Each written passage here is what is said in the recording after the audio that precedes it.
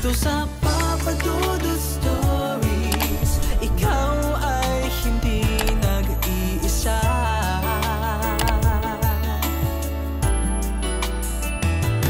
Dito sa Papa Dudut Stories, may nagmamahal sa'yo. Papa Dudut Stories. Papa Dudut Stories. Sa lahat po ng mga nakatutok ngayon, huwag pong kalimutan mag-like, mag-share at mag-subscribe. Maraming salamat po sa inyong lahat.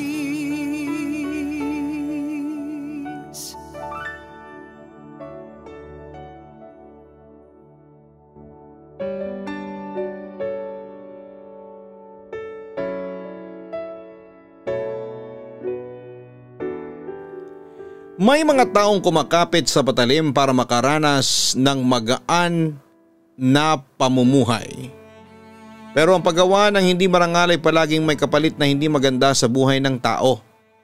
Kaya dapat na pag-isipang mabuti ang gagawing pagkapit sa matalim na patalim. Dear Papa Dudut, may iba sa atin ang hindi nakokontento sa simpleng buhay. Suntok sa buwan kung bumuo ng pangarap. Hanggang sa makagawa ng mga masasamang bagay para lang makaranas ng saglit na karangyaan sa buhay. Handang isuko kahit na ang dangal, makatakas lang sa kinagisnan na kahirapan. Isang mapagpalang araw sa inyo, Papa Dudut, pati na rin po sa mga nakikinig ngayon. Sa lahat ng inyong mga subscribers, tawagin niyo na lamang po ako sa pangalan na Julius. 49 years old, taga Keme at nagtatrabaho sa may Tubuhan. Nadiskubre ko ang inyong programa nang minsan kaming tumira ng asawa ko sa Maynila. Mabuti na lang at nakahiligan din ng mga anak ko ang pakikinig ng drama sa radyo. At madalas naming sabay-sabay na abangan ng inyong mga Facebook live streaming. Tungkol nga pala sa dating buhay namin mag-asawa, ang gusto kong ikwento sa inyo. At umaasa ako na may maiiwan din itong mabuting aral sa mga nakikinig ngayon. Pareho kaming third year sa high school lang ang natapos ni Annie, na noon ay kasintahan ko pa lamang, Papa Dudut. Magkaklase kami noon at magkasintahan na rin. Nang huminto ako sa pag-aaral ay nagtrabaho na ako sa Tubuhan kasama ang tatay ko. At si Annie naman ay tumutulong sa nanay niya sa pagtitinda sa palengke. Nagpatuloy ang aming relasyon noon kahit lingid yon sa kaalaman ng mga magulang namin. Ang alam lang nila ay mabuti kaming magkaibigan ni Annie. Maliit lang din ang aming lugar kaya magkakilala na ang mga magulang namin. Naging maluwag din sila sa pagkikita namin dahil nga hindi nila alam ang tungkol sa relasyon namin na higit pa sa magkaibigan. Hanggang sa magbunga ang inililihim naming relasyon. Nung una ay sinabi sa akin ni Annie ang tungkol sa ipinagbubuntis niya, ay naiyak pa siya sa kaba, Papa Dudut. Siyempre dahil nagulat din ako ay hindi kagad ako nakasagot sa mga sinabi niya. Kaya akala ni Annie wala akong balak na panagutan ang magiging anak namin. Nasabi niya tuloy noon na ipalaglag na lang niya ang bata na nasa sinapupunan niya. Sigurado raw kasing itatakwil siya ng tatay niya kapag nalaman na nabuntis ko siya. Hindi naman ako pumayag nang marinig ko yon mula sa kanya at sinabi ko na handa kong panagutan ang bunga ng kapusukan namin. Kaya naman ang araw din na yon ay nag-decide kami na sabihin na sa tatay niya ang tungkol sa ipinagbubuntis niya. Tay, buntis po ako, naiiyak na pagtatapat ni Annie. Ay tinamaan ng lintik ang babae ka. Ibig sabihin tama ako. Nobyo mo nga ang patay gutom na lalaki na yan. Sumagot ka, Annie. Sigaw ni Manong ang tatay ni Annie. Aray ko tay, nasasaktan po ako. Wika naman ni Annie dahil sa marahas na paghawak ni Manong sa braso niya. Masasaktan ka talaga dahil sa pagbubuntis mo. Magpapabuntis ka na lang sa lalaki pa na mas mahirap pa sa atin. Hindi ka na ba talaga nag-iisip ha? Anong ipapakain ng lalaking yan sa'yo? Napakatanga mo, Ani. Sunod-sunod na tanong pa ni Manong. May trabaho naman po ako at gagawin ko ang lahat para mabigyan ng maayos na buhay si Ani at ang magiging anak namin. Ang sabi ko naman. At anong paraan naman yun? Magnanakaw ka?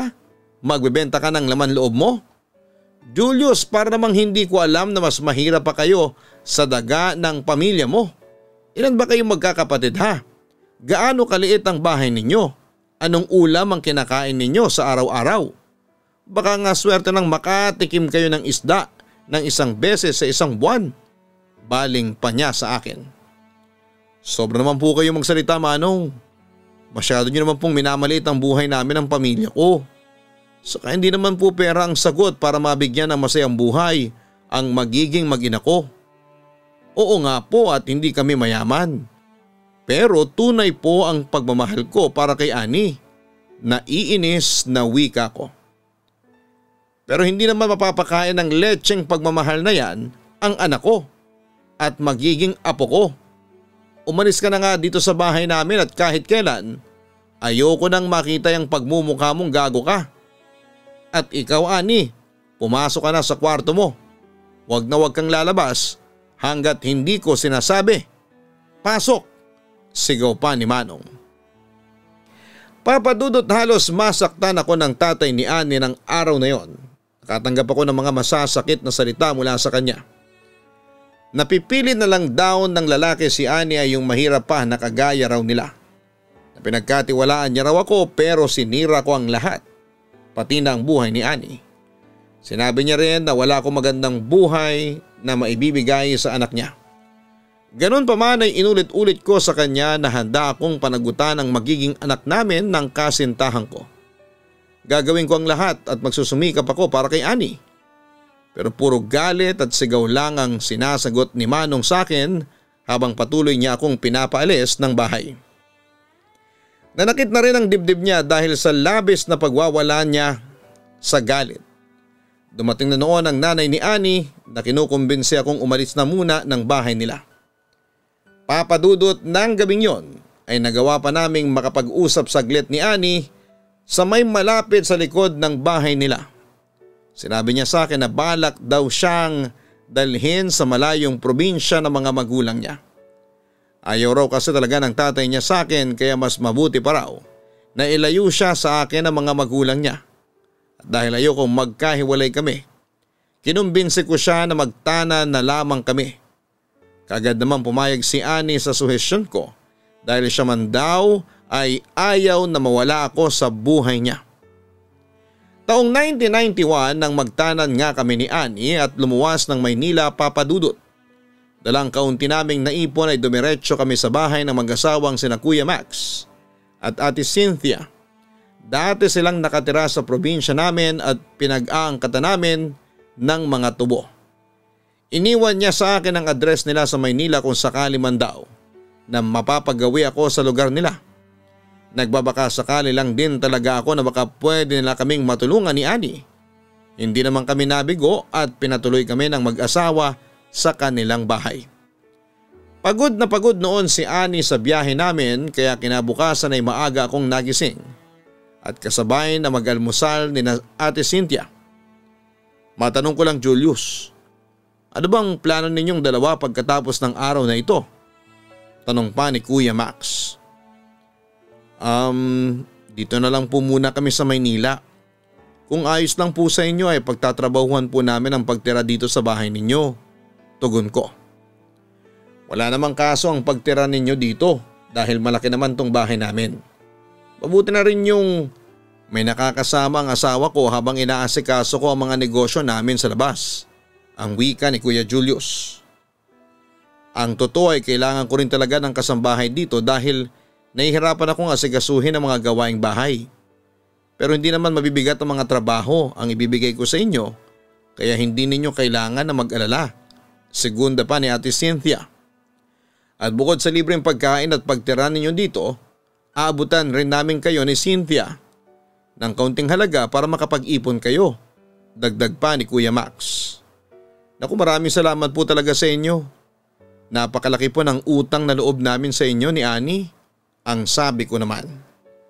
Basta alagaan mo si Annie, lalo na ang magiging anak ninyo. Hindi biro ang maging isang magulang, kaya kailangan na maging responsable kayo sa mga kilos at desisyon na gagawin ninyo. Bilin pa ni Kuya Max. Papa Dudut, mahigit 10 taon ang tanda sa amin ni na Kuya Max at Ate Cynthia. Ganun pa man ay mas mukha silang bata kesa sa edad nila. Siguro kasi pareho silang lumaki sa magaan na buhay, kaya naman pareho ring makikinis ang mga balat nila. Matangkad si Kuya Max at matipuno ang pangangatawan. Si Ate Cynthia naman ay maputi ang kutis at palagi mabango kahit pa kakalabas pa lang niya ng kwarto nilang mag-asawa sa umaga. Hindi kagaya namin na magaspang na ang mga kamay dahil sa maagang paghahanap buhay at nakasanayan ng maging amoy pawis. Mabait din sila mag-asawa sa amin at naisip ko noon na hindi kami nagkamali na lumapit kami sa kanila. May-ari sila ng ilang malalaking grocery sa Maynila, naging driver ako ni Kuya Max at si Annie naman ay naging tagapagluto sa bahay. Libre ang aming pagtira. Pati na rin ang mga pagkain sa bahay at nakakatanggap din kami ng maliit na sweldo mula sa mag-asawa. Nang mga panahon na yon, sapat na sa akin ang pagtulong na ginagawa ng mag-asawa kesa wala kaming matirhan sa Maynila, Papa Dudut. Papa Dudut, palagi akong nagpapasalamat kay Kuya Max dahil sa pagtulong niya sa amin ni Annie. Wala kasi talaga akong kahit na sinong kakilala sa Maynila. Kung hindi niya kami tinulungan ay hindi ko alam kung saan sa Maynila pa kami pwedeng mapadpad ni Annie. Napakarami pala kasing gastusin sa Maynila, hindi kagaya sa probinsya. Totoo ang naririnig ko na kapag wala kang pera, hindi ka mabubuhay sa lugar na ito. Tinupad din ni Kuya Max ang pangako niya na hindi niya sasabihin kina tatay at nanay na nakikitira kami sa kanila. Paminsan-minsan kasi ay umuuwi pa rin siya sa probinsya para kumuha ng mga iaangkat na tubo para gawing asukal. Napakasimple lang ng buhay namin ni Annie na kasama sila at nakontento na kami doon, Papa Dudut. Kahit malit lang talaga ang natatanggap naming pera ay maayos naman ang pakikitungo sa amin ng mag-asawa. Parang tinuring na nila kaming mga nakababata nilang kapatid hanggang sa isang malaking pagsubok ang dumating sa buhay namin. Nakunan si Annie sa 5 buwan ng pagbubuntis niya. At ang sabi ng doktor ay kulang raw sa sustansya ang katawan ni Annie kaya naging mahina ang kapit ng bata sa sinapupunan niya, Papa Dudut. Hindi ka pa raw kumakain, sabi ni Ate Cynthia. Eto susubuan na lang kita, Annie. Wika ko nang kaming dalawa na lamang ni Annie ang nasa kwarto. Hindi ako nagugutom kaya ikaw na lang ang kumain yan, Julius, ang sabi niya. Annie, huwag ka naman sanang maging ganito. Hindi mo pwedeng hayaan na manghina ang katawan mo. Paalala ko sa kanya. Bakit? Wala na rin naman si baby sa tiyan ko, hindi ba? Bakit aalagaan ko pa ang sarili ko? Naiiyak na sabi niya. Dahil kailangan mong gawin yon. Kahit man lang para sa akin. Annie, hindi lang naman ikaw ang nawala ng anak. Pati rin ako. Pero wag mo naman sanang iparamdam sa akin na pati ikaw mawawala na sa buhay ko. Tugon ko naman. Sorry. Ang hirap lang kasing tanggapin na wala na si baby. Pakiramdam ko kasi kasalanan ko kung bakit siya nawala sa atin. Naiiyak na sabi pa ni Annie. Huwag mo sabihin yan, wala kang kasalanan, ang sabi ko. Hindi mo kasi ako naiintindihan. Dapat talaga sa umpisa pa lang, hindi ko hinayaan na may mangyari sa ating dalawa. Dapat hindi na lang ako nabuntis kasi hindi ko pa naman talaga kayang maging responsableng nanay. Hindi ko kaya kasi hindi naman tayo mayaman. Pag-iyak pa ni Annie. Ano ba yung sinasabi mo? Tanong ko. Totoo naman, Julius. Kung hindi tayo naging mahirap, magagawa sana nating mabigyan ng follow-up check-up si baby na nasa tiyan ko. Hindi manghihina ang katawan ko at hindi siya bibitaw. Hindi siya mawawala sa atin. Kasalanan ko to, Julius. Kasalanan ko to. Muling pag-iyak niya. Tama na. Huwag ka nang umiyak. Wala sa atin ang may gusto na mawala si baby. Walang may kasalanan kaya huwag mong sisihin ang sarili mo. Basta magpalakas ka, Ani. Magpakatatag ka para sa akin. Kasi yun ang ginagawa ko para sa iyo. Dahil gusto kong makita ng mga magulang natin na hindi tayo nagkamali sa desisyon nating umalis sa poder nila. Wika ko kasunod ang mahigpit na pagyakap ko sa kanya. Papa Dudut, hindi naging madali para sa amin ni Annie ang pagkawala ng magiging anak namin. Siyempre kasi ang baby namin ang dahilan kung bakit pinili naming makipagsapalaran sa Maynila.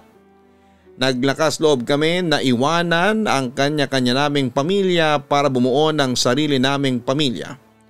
Pero biglang nawala yung dahilan kung bakit kami pilit na lumalaban noon sa buhay. Mabuti na lamang at kasama namin ang mag-asawang sina Kuya Max at Ate Cynthia, tinulungan nila kami sa ibang gastusin sa pagkakaospital ni Annie. Pati na rin sa pagpapalibing sa anak namin. Pinaramdam din nila sa amin na hindi ang pagkawala ni baby ang dahilan para tuluyang mawasak ang mundo namin ni Annie. Na kahit ano pa man ang mangyari, kailangan namin na parehong magpakatatag. At yun ang ginawa namin ng kasintahan ko. Pinilit namin magpatuloy sa buhay sa kabila ng mabigat na pangyayaring yon.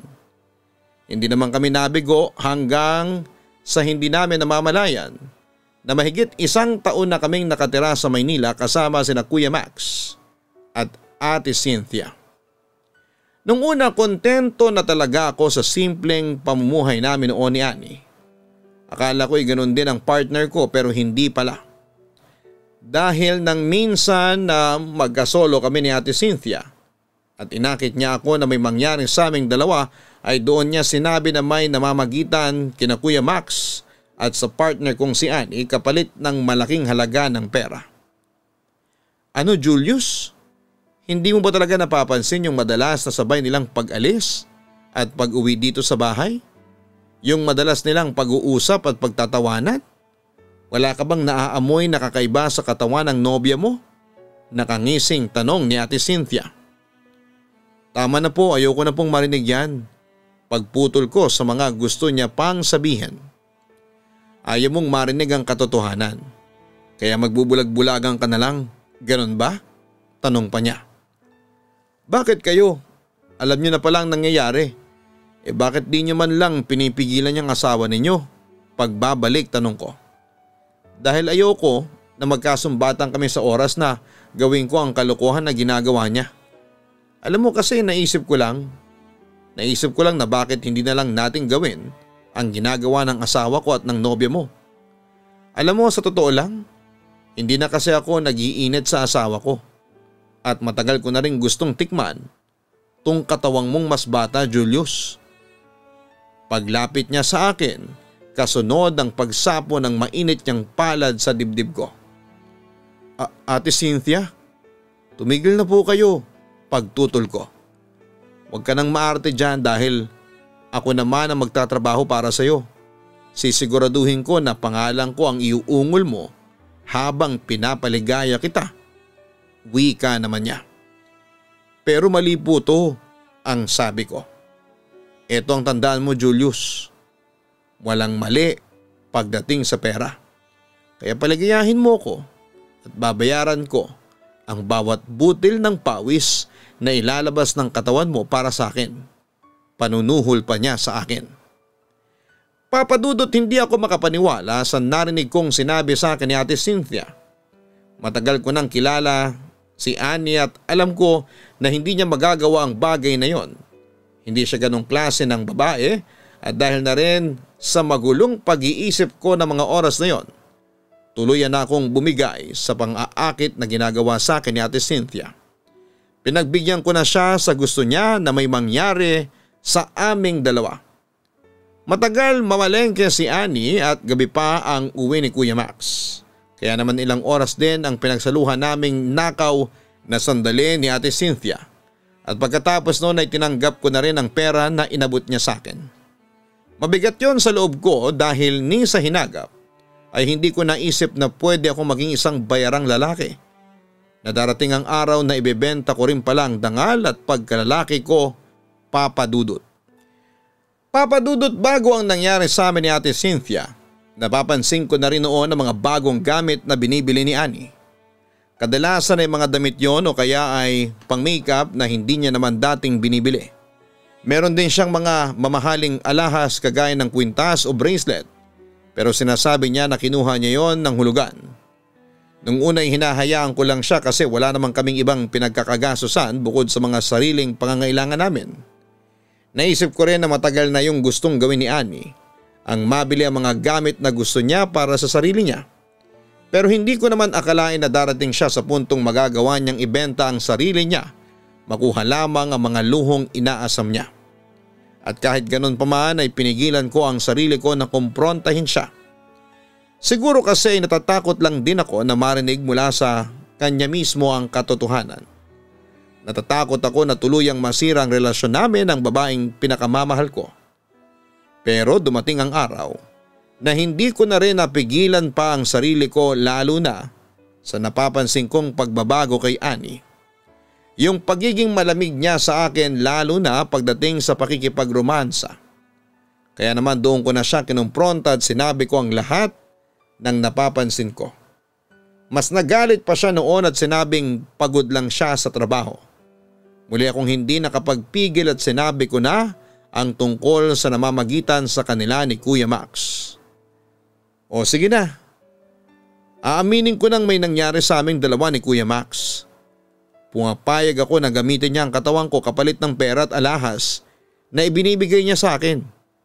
Pero akala mo ba na hindi ko alam na ginagawa niyo rin yun ni Ate Cynthia? At doon pa mismo sa loob ng kwarto nilang mag-asawa? Nakita ko kayo, Julius. Nakita ko kayo nang minsang umuwi ako ng maaga dito sa bahay galing sa pamamalengke ko. Sa wakas ay pag-amin ni Annie. Pero ginagawa ko lang yun sa pera. Kahit kailan, hindi ako nagkaroon ng kahit na anong espesyal na nararamdaman para kay Ate Cynthia. Tugon ko naman. Talaga? Wala kang kahit na anong sarap na nararamdaman sa tuwing may nangyayari sa inyong dalawa? Hindi ka niya napapaungol?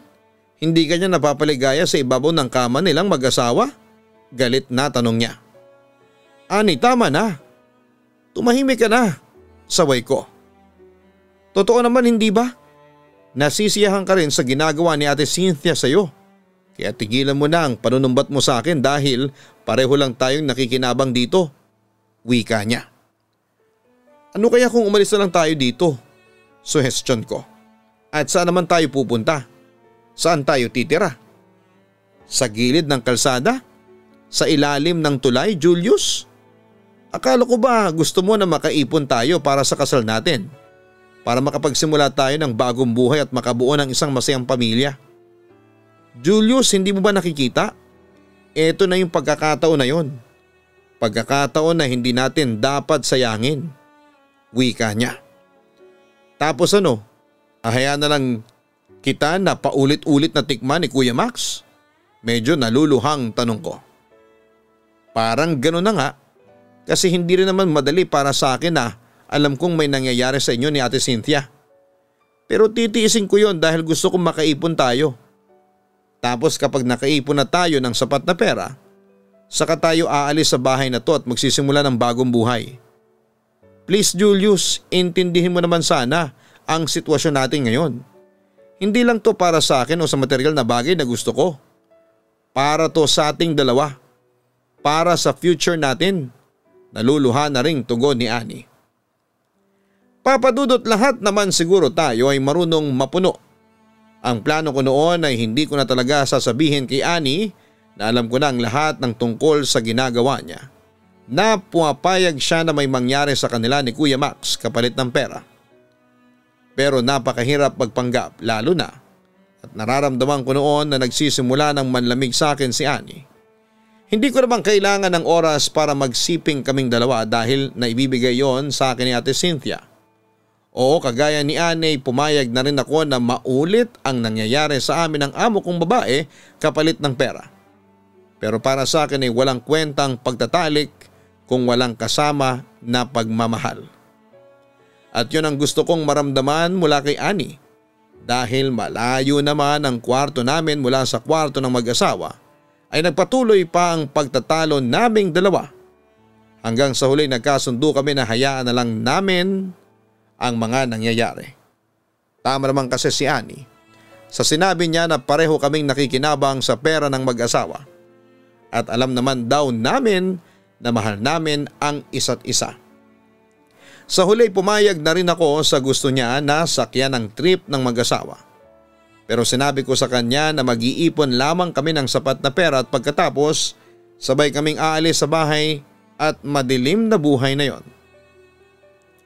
Papadudot may ilang buwan na rin kami sa ganong setup ni Annie at Kuya Max at Ate Cynthia. May mga oras na napapakinggan kong may nangyayari kay Annie at sa amo kong lalaki. Pero hinahayaan ko lang sila. Si Ate Cynthia naman ay hindi ko tinatanggihan kapag lumalapit na siya sa akin at nagpaparamdam na gusto niyang sabay kaming magpainit na dalawa. Literal, na nagtikiman at nagpalitan kaming apat na mga laway namin. Pero alam ko naman na sa aming apat kami lang ni Annie ang mukhang kawawa dahil ginagawa namin yon. Hindi para magpasarap kundi dahil para sa perang iniipon namin. Pareho kasi kami ni Annie na gusto ng masaganang buhay sa hinaharap at hindi mangyayari yon kung wala kaming pera. Samantalang ang mag-asawa na pinagtatrabahuhan namin ay ginagawa lang ang bagay na yon dahil gusto nila ng pampalipas oras at init ng katawan.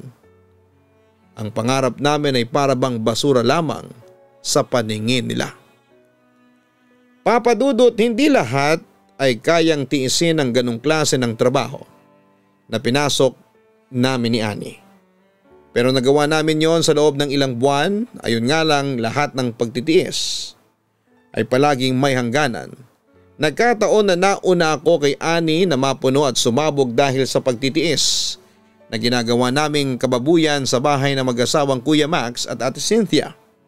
Kaya naman hindi ko na natiis na magwala sa galit nang makita ko mismong pinipilit ni Kuya Max si Annie na may mangyari sa kanila. Pakiramdam ko noon ay pinagsasamantalahan niya ang babaeng mahal ko. Kahit alam ko na may kapalit namang pera ang ginagawa niya, kaagad na rin akong nagdesisyon noon na tuluyan ng putulin ang anumang namamagitan sa aming apat. Nang dumating si Ate Cynthia ay naabutan niya pa kaming nagtatalo ni Kuya Max. At syempre kinampihan niya ang manyakis niyang asawa dahil pareho lang silang walang kwentang tao. Pinamukha niya pa sa akin ang mga perang binigay niya.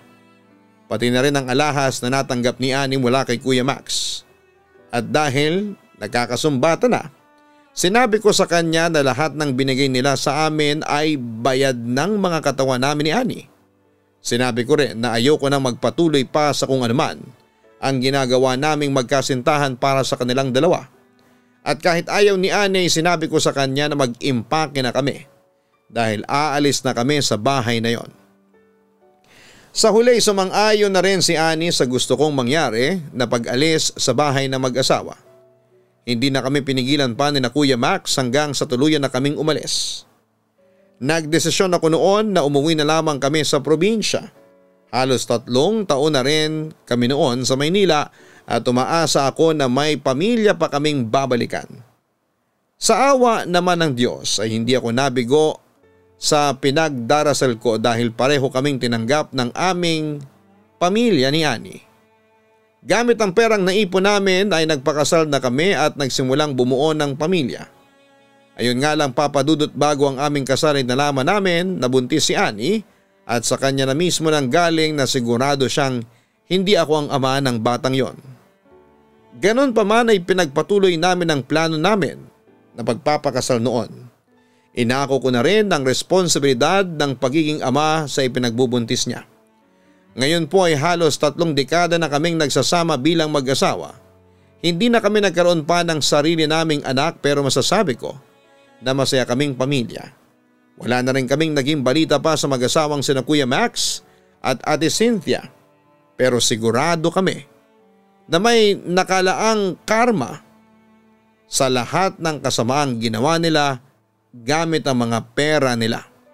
Hindi na rin namin pinaalam pa sa anak namin ang tungkol sa tunay niyang ama dahil ang mahalaga para sa amin na iparamdam ko sa kanya ang pagmamahal ng isang tunay na ama kahit na hindi ako ang kadugo niya.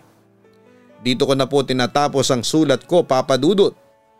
Lubos na nagpapasalamat, Julius. Maraming salamat, Julius, sa pagsulat mo sa aking YouTube channel. Salamat sa pagbabahagi nitong mabigat na parte ng buhay mo ngayong taong ito. Alam ko na hindi madali para sa iyo ang isulat ito dahil sa sensitibong nangyari sa inyo ng asawa mong si Annie. Ganun pa man ay humahanga ako sa naging katatagan ninyong mag-asawa. Lahat naman tayo ay nakagagawa ng pagkakamali sa buhay natin. Sadya lang na lumulubog kayo sa mga pagsubok ng oras na yon. Kaya nagawa ninyong kumapit sa patalim, bagay na dapat ay hindi ninyo ginawa sa umpisa pa lamang. Pero ang lahat ng ito ay parte ng nakaraan na sigurado akong nakapag-iwan ng malaking aral sa buhay ninyo. Pero sana, Julius, dumating ang araw na magkaroon ka ng lakas ng loob na ipaalam sa anak ninyo ang tungkol sa kanyang tunay na pagkatao dahil karapatan niya na malaman ang totoo mula sa inyo. Hanapin po ang Kaistorya Horror na narrated by Jason Steele and produced by yours truly, Papa Dudut, para po sa mga araw-araw na upload ng mga nakakatakot na kwento. Ganon din ang Gian Gianna Vlogs para sa aming weekly family vlogs. Salamat po sa inyong pagsusubscribe.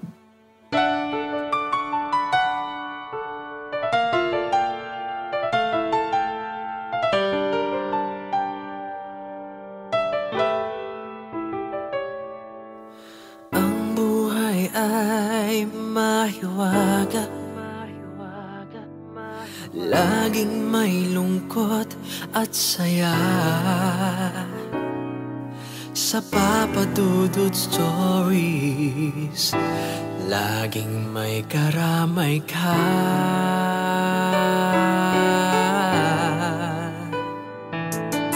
Mga problemang kay bigat, dito ay pakikinggan ka. Sa Papa Dudut Stories, kami ay iyong kasama. Dito sa Papa Dudut Stories, ikaw ay hindi nag-iisa.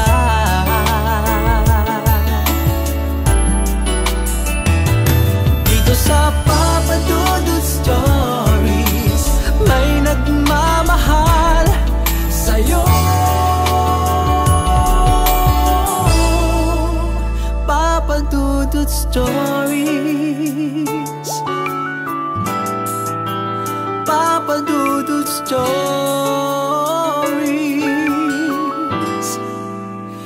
Papa Dudut Stories.